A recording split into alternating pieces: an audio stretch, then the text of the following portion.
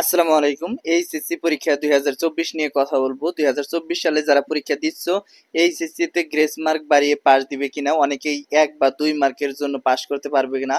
তাদের কি 1 বা 2 মার্ক বাড়িয়ে দিবে কিনা? আর ইংরেজি প্রথম ও দ্বিতীয় পত্রে একসাথে পাস নাকি আলাদা পাস?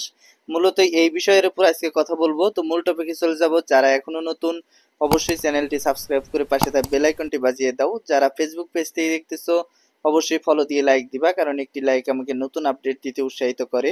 তো শুরু করা যাক। দেখো, এইচএসসি তে গ্রেস মার্ক দেয় কিনা, এটা মূলত হচ্ছে প্রশ্ন।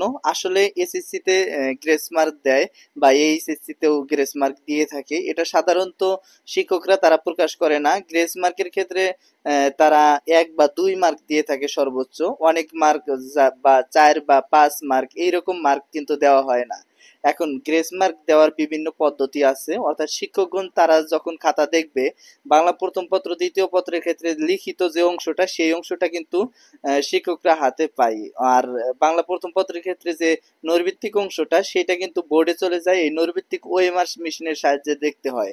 আর এটা কিন্তু শিক্ষকের হাতের নাগালের বাইরে। যেহেতু লিখিত তাদের হাতের নাগালেই থাকে, সেহেতু 1 বা 2 মার্ক বাড়িয়ে এখানে পাস দিতে পারে। অর্থাৎ অনেকেই দেখা গেল যে 23-এ পাস, অর্থাৎ লিখিততে 23-এ পাস অনেক ক্ষেত্রে। যদি 33-এ পাস হয়, যদি 31 পায়, সেক্ষেত্রে শিক্ষক চাইলে নাম্বার বাড়িয়ে দিতে পারে। অনেক শিক্ষক আছে যে তারা অনেক টাইট হয় বা কড়া লেভেলের হয়, তারা কিন্তু নাম্বার দেয় না। যেগুলার মন মানসিকতা একটু ভালো থাকে, সেই সব শিক্ষকগণ তারা কিন্তু 1 বা 2 মার্ক বাড়িয়ে হলেও তারা পাস করিয়ে দেয়। এখন ইংরেজি প্রথম ও দ্বিতীয় পত্রে একসাথে পাস নাকি আলাদা পাস? আমি লক্ষ্য করলাম যে অনেকটা বোর্ডে ইংরেজি পরীক্ষাটা অনেকেরই খারাপ হয়েছে, কারণ বোর্ডের প্রশ্নটা অনেকটাই কঠিন হয়েছে। এক্ষেত্রে ইংরেজি প্রথম পত্র দ্বিতীয় পত্র একসাথে পাস দিবে কি? না, কখনোই দিবে না। ইংরেজি প্রথম পত্রে তোমাকে আলাদা পাস করতে হবে, দ্বিতীয় পত্রেও আলাদা পাস করতে হবে। আর তারা যখন গ্রেডটা নির্ণয় করে, তখন কিন্তু একসাথে করেই তারা গ্রেডটা নির্ণয় করে। এখন দেখা গেছে অনেক শিক্ষকগণ তারা ইংরেজি প্রথম পত্র পাবে।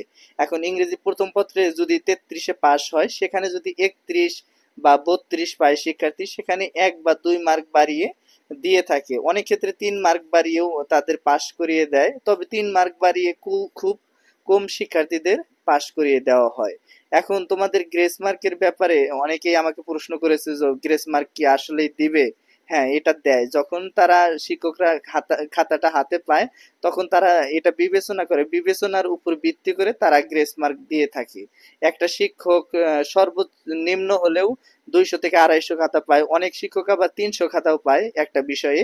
তো ইংরেজি প্রথম আর দ্বিতীয় পত্র যখন এক জায়গায় করবে, তখন তারা গ্রেডটা নির্ণয় করবে। কিন্তু প্রথম পত্রেও আলাদা পাস করতে হবে, দ্বিতীয় পত্রেও আলাদা পাস করতে হবে, তাহলেই তুমি পাস। তো এই ছিল আজকের ভিডিওটা। সামনে কোন আপডেট চাও অবশ্যই কমেন্ট বক্সে জানাবা। তোমাদের কমেন্টের উপর আমি ভিডিও তৈরি করব। তো ভালো থাকো, সুস্থ থাকো, সকলের সুস্বাস্থ্য কামনা করছি। ধন্যবাদ সবাইকে।